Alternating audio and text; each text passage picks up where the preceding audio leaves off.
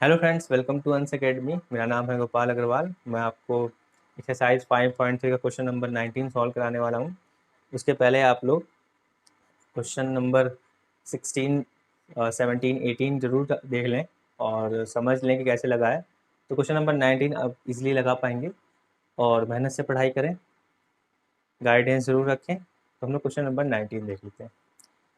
तो 200 logs are stacked in the following number manner: 20 logs in bottom, 90 logs in next row, 18 in the next, and it's so on. Figure में आपने देख ही लिया है। In how many rows are the 200 logs placed and how many logs are in the top row? तो यहाँ simple सी बात कहा गया है कि इस तरह से पहले नीचे सबसे पहले 20, फिर 19, फिर 18, ऐसे करते करते ना एक पिरामिड जैसा बन रहा होगा। जो आप लोग इमेजिन करिए, पहले 20, फिर 19, फिर 18, फिर 17। ठीक है, इस तरह से पिरामिड बन रहा होगा। लेकिन वो पिरामिड ऐसा तो नहीं है खत्म ही नहीं होगा, 1 तक तो जाएगा नहीं, क्योंकि इसमें केवल आपके जो लॉग्स हैं वो टोटल 200 है। तो जैसे ही आपके जो सम है वो 20, 19, 18, आपके 17 ये खत्म होंगे, जैसे ही आपके लॉग्स खत्म हो जाएंगे तो लास्ट में आपका एक कुछ, तो सबसे टॉप मोस्ट आपका रो होगा, उसमें आप कुछ नंबर्स ऑफ लॉग्स बचेंगे। एकदम 1 तक नहीं जाएगा, 1 तक नहीं जाएगा। ठीक है, क्योंकि 1 तक जाएगा उसको मतलब 20 से लेकर 1 तक का सम आपको निकालना पड़ेगा, वो आपका 200 नहीं होता है। ठीक है, तो हम लोग देखते हैं। तो एक तो तरीका ये है कि आप 20 लॉग्स लाइए, एक के ऊपर एक आप, सॉरी 200 लॉग्स लाइए, 20, 19 एक के ऊपर एक चढ़ाते हैं, लास्ट में पता कर लीजिए कि भाई लास्ट में जो लॉग है उस पर, लास्ट वाला रो है उस पर कितने लॉग्स बच रहे हैं। तो ये तो पॉसिबल है नहीं, इतना ज़्यादा आपको खर्चा करना पड़ेगा और साथ ही साथ इतना टाइम भी नहीं किसी के पास है। तो हमारे पास मैथ्स है, मैथ्स के थ्रू आप पता कर लेंगे कि लास्ट के जो रो है उसमें कितना लॉग्स बचेगा। ठीक है, आपको 1 रुपया भी नहीं खर्च करना पड़ेगा और आराम से पता चल जाएगा। ठीक है, आप डेली लाइफ में भी इसका यूज़ कर सकते हैं और पहले हम लोग एकेडमिक लाइफ में इसका यूज़ कैसे लगाएंगे ये हम लोग देख लेते हैं। ठीक है, तो सिंपल से आधे फिगर आपका बना हुआ है। तो हम लोग को पता करना है हाउ मेनी रोज, मतलब कितना ऊपर, कितनी लाइंस बनेंगी, कितने रोज बनेंगे, एंड लास्ट वाले रोज में कितने लॉग्स आएंगे। ठीक है, तो मान लेते हैं यहाँ पे जैसे कि आपका ये क्वेश्चन नंबर 19 है। ठीक है, तो पहले वाले आपके लॉग में 20 है, फिर दूसरे वाले लॉग में 19 है, रो में सॉरी, फिर 18 है, फिर 17 है, so on up to n terms मान लेते हैं। ठीक है, मान लेते हैं let the number of rows to be made equal to n. ठीक है, तो यहाँ पे हम लोग पता कर लेते हैं एन की वैल्यू, एन वैल्यू पता कर लेते हैं। और यहाँ पे दिया sum of total logs is equal to 200, यानी एस एन दिया हुआ है 200, ए दिया है 20, डी दिया है -1। तो हम लोग इसको सॉल्व करते हैं और एक नहीं एन की वैल्यू पता करना है हमको। तो हमारा फॉर्मूला लिखने की आदत है जो आपको भी होनी चाहिए। अगर आप लोग फॉर्मूला लिखेंगे तो आपका क्वेश्चन मैक्सिमम टाइम गलत नहीं होगा। और ये हो जाएगा -1, तो ये हो जाएगा 400 का लेते हैं, हाँ। और ये हो जाएगा n, ये हो जाएगा 40, ये माइनस पर से सिंपल सा इसका साइन पलटने के लिए आया है 400। और ये हो जाएगा आपका n 41 -n, तो ये हो जाएगा 41n माइनस n का square 400। Okay students, I hope आपको समझ में आ रहा होगा। और ये आप -n स्क्वायर है तो आपको इधर लाना पड़ेगा, क्योंकि आपको ये आपका क्वाड्रेटिक क्वेश्चन बन गया और क्वाड्रेटिक क्वेश्चन में -x स्क्वायर से सॉल्व नहीं होता है। तो +n square -40n plus 40 is equal to 0। अब इसे सॉल्व करते हैं हम लोग, तो ये हो जाएगा आपका 400 को, मतलब कि ऐड करने पे -41 आना चाहिए और मल्टीप्लाई करने पे 400 आना चाहिए। ऐसा कौन सा दो नंबर हुआ? तो हमारे पास देखना पड़ेगा। 20-20 करेंगे तो आएगा नहीं। 20-20 करेंगे तो आएगा नहीं। देख लेते हैं, टाइम वेस्ट करने से अच्छा है यूटिलाइज कर लेते हैं। ठीक है, तो इसमें देखते हैं कौन से दो चीज़ इनका सम या सब्ट्रैक्शन आपका -41 आ रहा है। तो 5 5 जा 25, 2 2 जा 4, 4 2 जा 8, 8 2 जा 16। क्या 16 और 25 41 आएगा? 25 प्लस 10, हाँ, -25 n -16 n plus 400 equal to 0। N हो जाएगा n-25, और ये हो जाएगा -16 कॉमन लेंगे तो n-25 इक्वल टू 0। तो n-16 n-25 is equal to 0, तो n इज इक्वल टू 16 और n इज इक्वल टू 25। ठीक है, अब तो यहाँ पे n इज इक्वल टू 16 और n इज इक्वल टू 25 दो चीज आ गया। देखिए, अब हमको पता कैसे करें कि भाई कौन सा सही है? फिर यही दिक्कत कि आप पता कैसे करेंगे कि कौन सा क्वेश्चन का आंसर सही है। ठीक है, तो ये पता कर लेते हैं, अगर n जो है टोटल नंबर ऑफ रोज आपका क्या है 16 या 25 है, तो हम लोग ये पता करने की कोशिश करते हैं कि जो लास्ट नंबर है या चाहे 16th नंबर पे जो रो है या 55th नंबर पे जो रो है उसका क्या है, मतलब कि उसके अंदर कितने नंबर ऑफ लॉक्स।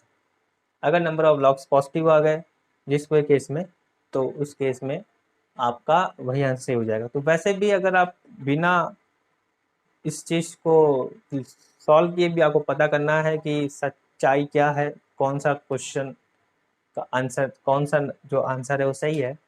तो आप देख रहे हैं कि लॉक्स आपके कितने हैं, सॉरी, लॉक्स 200 हैं, पहले आपके 20 है, फिर 19 है, फिर 18 है। इस तरह करते करते आपके मैक्सिमम जो जाएगा नंबर वो जाएगा 1, है ना। जैसे इमेजिन करिए 5 लॉग हैं, तो पहले वाले में 5, फिर 4, अगर मान लीजिए नंबर ऑफ लॉक्स नहीं दिया है तो 5, फिर 4, फिर 3, फिर 2, फिर 1, तो मैक्सिमम नंबर ऑफ रोज कितना बनेगा? 5। 5 से अधिक तो नहीं बनेगा।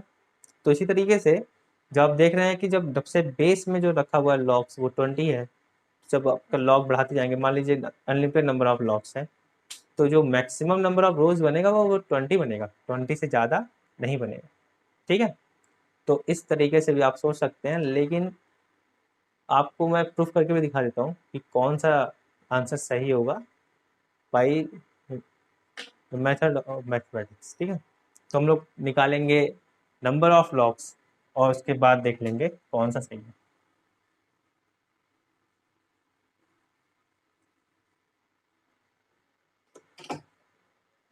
ठीक है, तो यहाँ पे हम लोग देखेंगे तो आपका टी, एक बार टी एन निकालेंगे, t n equal to a plus N minus 1 two d. ये हम लोग क्यों निकाल रहे हैं? ये हम पता कर रहे हैं कि number of logs in last last rows. ठीक है, इससे पता कर लेते हैं number of logs in last rows. तो यहाँ पे T16 तो हो जाएगा A plus 16 minus 1 into D, यानी हो जाएगा 20 प्लस 15 इंटू -1, 20 माइनस 15 यानी 5, यानी T16 में आपका जो नंबर ऑफ लॉक्स है वो है 5। अब ये पॉजिटिव आंसर आ रहा है, वैसे मैंने कहा था कि n इक्वल टू 16 आंसर आना चाहिए क्योंकि वो 20 से कम है। 25 वाले पे भी हम लोग देख लेते हैं, a प्लस 24d होता है ये, 20 प्लस 24 इंटू -1 माइनस 24 माइनस, तो आपका देखेंगे ये गलत हो गया क्योंकि -4 ऐसा कोई नंबर होता नहीं कि मेरे पास -4 लॉक्स है, मेरे पास -4 रुपीज़ है, ऐसा तो कुछ होता नहीं है। तो इसलिए आप क्या करेंगे कि आपका n इक्वल टू 16 है, total number of row 16 and the number of logs in last row equal to 5। ठीक है, आई होप आपको समझ में आया होगा। ये पहले हम बनाने वाले थे, पिछले वाली वीडियो में इस क्वेश्चन को सॉल्व करने वाले थे, लेकिन हमने कहा कि थोड़ा सा अगले वीडियो में सॉल्व करते हैं, जिससे आप लोगों का 2-3 मिनट का गैप लेके आप देखेंगे तो माइंड आप लोगों का क्या हो जाएगा, रिफ्रेश हो जाएगा। ठीक है, बाकी अगर कुछ समझ में नहीं आ रहा हो तो आप कमेंट कर सकते हैं और चीज़ें भी इम्प्रूव करने की कोशिश की जाएगी। क्योंकि ऑनलाइन पढ़ाने का एक का तरीका जो होता है वो क्या होता है कि सामने बच्चे बैठे नहीं होते हैं, तो कभी कभी कुछ चीज़ें होती हैं कि हो लगता है कि हाँ हम तो बढ़िया समझा ले गए, लेकिन सामने वाले बच्चों के अगर नहीं बैठे हैं क्लास में बैठे हैं तो बोलते हैं नहीं सर ये चीज़ जो नहीं समझ में आया वो चीज़ नहीं समझ में आया।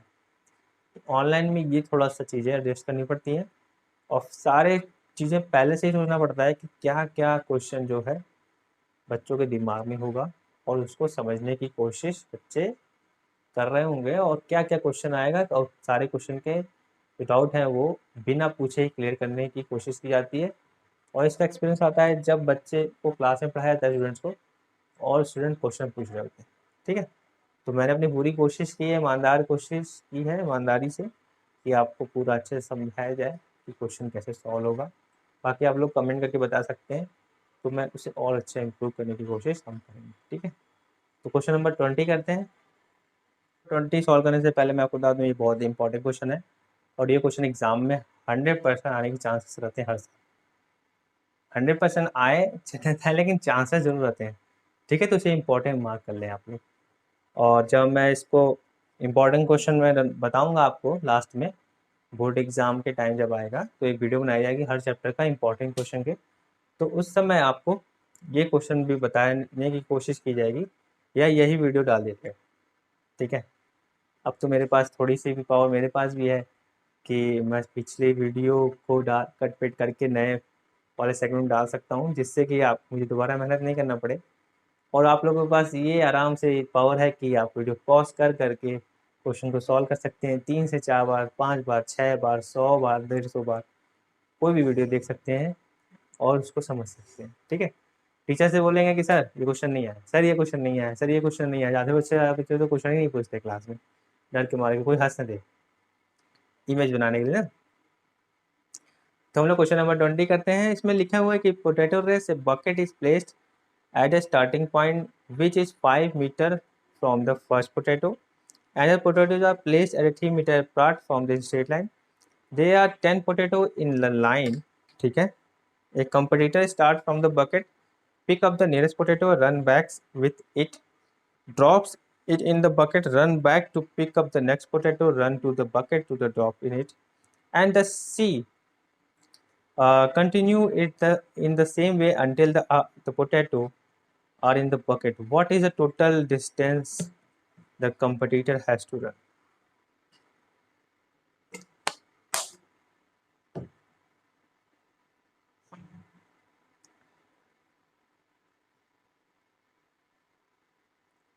ठीक है, तो हम इसको समझाने की कोशिश करते हैं आपको। तुम्हारे पास एक रेस है, एक रेस रखी गई, इसमें पोटैटो रखे गए हैं। ठीक है, थोड़ा सा क्लियर बनाने की कोशिश करता हूँ। ठीक है, तो पहला ये यहाँ पे बकेट है। ठीक है, ये आपका बकेट है। पहला जो पोटैटो रखा गया है वो यहाँ से 5 मीटर की डिस्टेंस पे रखा गया है। फिर दूसरा पोटैटो जो है वो 3 मीटर की डिस्टेंस पे रखा हुआ है। ये मान लीजिए ए, फिर बी, फिर सी, फिर डी, 3 मीटर की डिस्टेंस रखा गया है और टोटल नंबर ऑफ पोटैटोज जो हैं वो हैं आपके 10 अप टू, ऐसे करिए, अप टू 10 पोटैटोज। ठीक है बच्चों, आई होप आपको समझ में आया होगा। तो यहाँ पे हम लोग जब देख रहे हैं तो कोई लड़की यहाँ से सी लिखा हुआ इसलिए लड़की को बताया गया, तो किसी कोई गर्ल है वो यहाँ से रन की, पहला पोटैटो उठाई और उसके बाद वापस आ गई, तो 5 मीटर इधर दौड़ी, 5 मीटर इधर दौड़ी, तो 5 + 5। ठीक है, ये आपका फर्स्ट फर्स्ट पोटैटो के लिए। ठीक है, सेकंड पोटैटो के लिए 5 + 3 इधर दौड़ी, फिर वापस आई 5 + 3। तो क्या हम इसको लिख सकते हैं 2 × 5 + 3 लिख सकते हैं।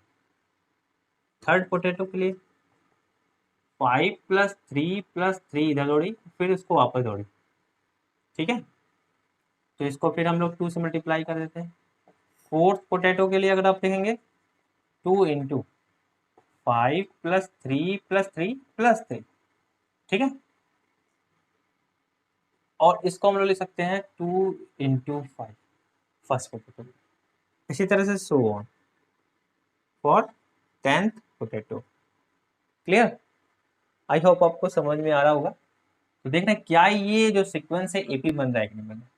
तो 2 तो कॉमन ले लिया हमने, तो ये 5 प्लस ये आपका कितना हुआ 8 प्लस ये आपका कितना हुआ 5+3+3 11 प्लस ये आपका हुआ 14 प्लस अप टू 10 टर्म्स। तो क्या ये एपी बन रहा है? देखिए 8 में से 5 गया 3, 11 में से 8 गया 3, 14 में से 11 गया 3। Yes, this is an AP. अब एपी बन गया तो आप लोगों को क्वेश्चन लगाना बहुत ही आसान काम है। तो हम लोग देखते हैं। तो यहाँ पे हम लोग इसको ऐड करते हैं अप टू एन। तो यहाँ पे हम लोग पहले देख लेते हैं क्या क्या दिया हुआ एपी में। a = 5, d = 3, n = 10। आराम से आपका क्वेश्चन लग गया। फॉर्मूला लिखेंगे और ये हो जाएगा 10/2, 2 × 5 प्लस 10 - 1 × 3, 2, ये हो जाएगा 5 और ये आपका ब्रैकेट लगा के 10 10 - 1 9, 9 × 3 = 27, 2 37, 37 × 5,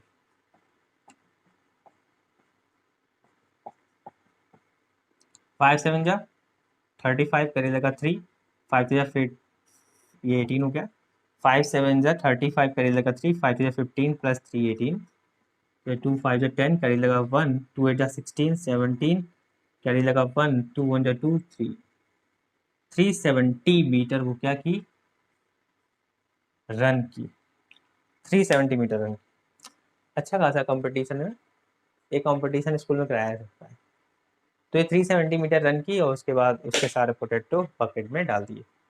ठीक है, तो आई होप आप लोगों को क्वेश्चन समझ में आया होगा। अब हम लोग ऑप्शनल एक्सरसाइज जो 5.4 है उसका कुछ क्वेश्चन लगाएंगे और ये एक चैप्टर खत्म कर देंगे। फिर साइड बुक देखेंगे, कोई एक side book R D Sharma या RS अग्रवाल, उसको भी सॉल्व करने की कोशिश की जाएगी। तो अगर आप मुझे सजेस्ट करें कि RS अग्रवाल सॉल्व कराया जाए कि RD शर्मा सॉल्व कराया जाए तो उस पर हम लोग ध्यान देंगे। और दोनों में से कोई एक बुक या दोनों, कोई एक बुक और दूसरे वाले बुक में से अगर कोई क्वेश्चन कहेंगे उसको सॉल्व करा देंगे। ठीक है, लेकिन आप लोग को बताना पड़ेगा। ठीक है, तो आप लोग जरूर बताएं और समझें और पूरा आप लोग को हमारी तरफ से हेल्प किया जाएगा ताकि आप लोग अच्छे से अच्छे नंबर लाएं। और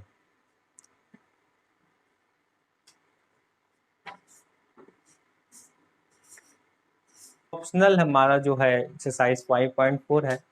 और ऑप्शनल क्यों है मुझे पता नहीं चल रहा है, आप लोग पता चले तो बताएं, क्योंकि इसमें जितने भी क्वेश्चन हैं वो सारे क्वेश्चन आने की चांसेस हैं।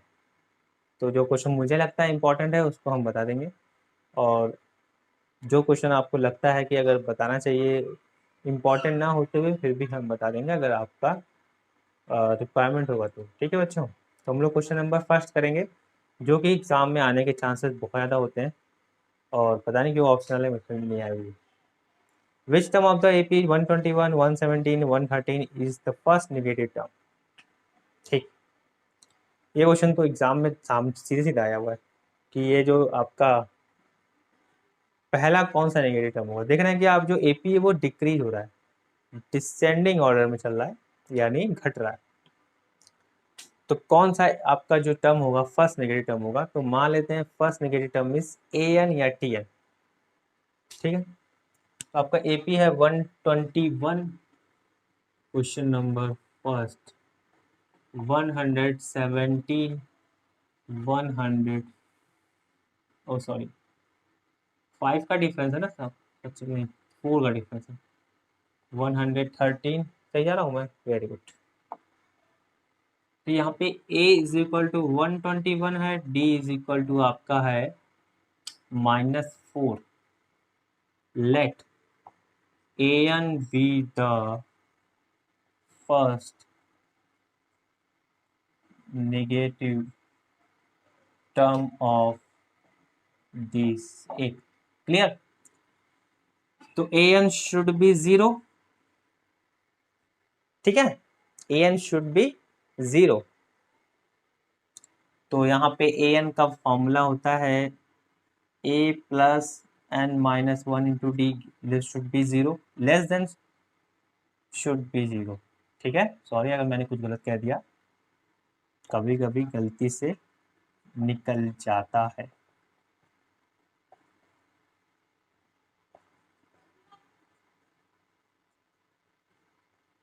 क्लियर।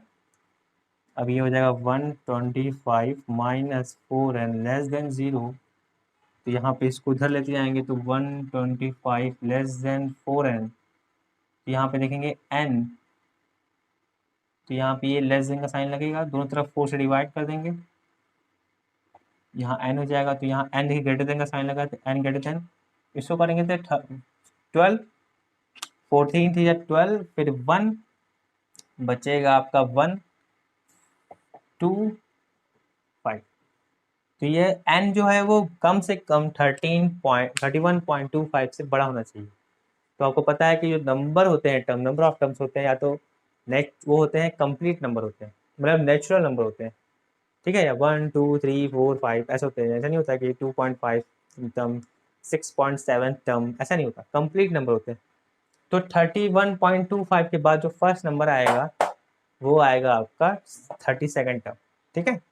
तो आपका जो 32nd टर्म जो हो जाएगा, be the first negative term, ठीक है। आई होप आपको समझ में आया होगा।